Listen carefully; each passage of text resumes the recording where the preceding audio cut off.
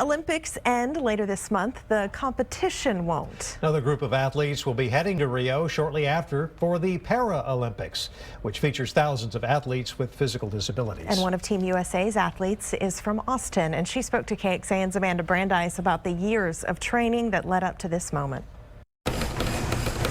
Running is my home base. Running is where I feel kind of the most myself. She's defined by every mile, every lap, and every finish line people said she would never cross.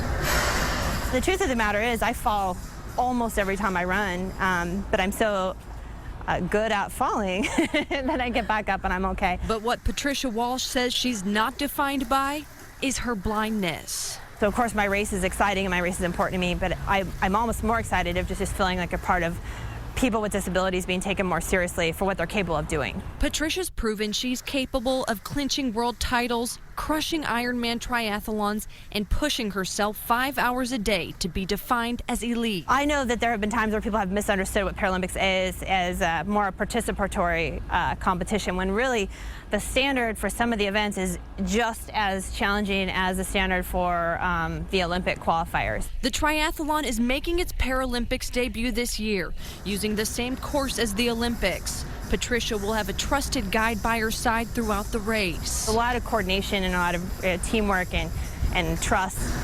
You know, as a blind adult, it's so exciting for me to have an ambition of setting the standard of an elite athlete with a disability who's on par with elite athletes that are able-bodied. A vision becoming clear with every mile, every lap, and every finish line. Amanda Brandeis, KXAN News. The first Olympic Games after World War II in London in July of 1948 paved the way for the Paralympics.